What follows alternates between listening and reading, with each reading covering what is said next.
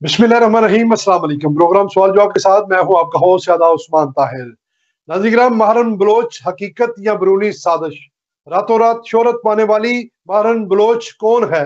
क्या वही महरन लांगू है जिसका बाप बीएलए का दहशतगर्द था?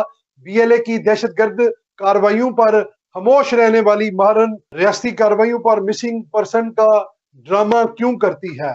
महरन बलोच की मगरबी मीडिया पर पजीर रही बीबीसी की हमायत और बैरूनी ताकतों की दिलचस्पी क्या साबित करती है?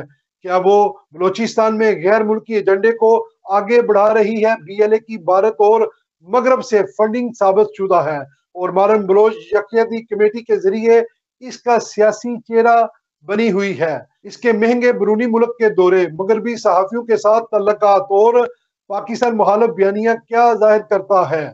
बलोच अवाम बीएलए और महरम बलोच के बजाय रियासी इदारों पर इतमाद रखती है, इसीलिए इसकी गिरफ्तारी पर बलोचिस्तान में कोई बड़ा एहतजाज नहीं हुआ। अब रियासत का इम्तिहान है कि वो इससे इसके हैंडल बीएलए की फंडिंग और बैरूनी साजिशों के बारे में मालूमात हासिल करे। अगर वाकई रियासत पावर स्टेट की तरफ जा रही है तो उम्मीद है कि महरम बलोच अपनी असल शक्ल में अवाम के सामने बेनकाब होगी।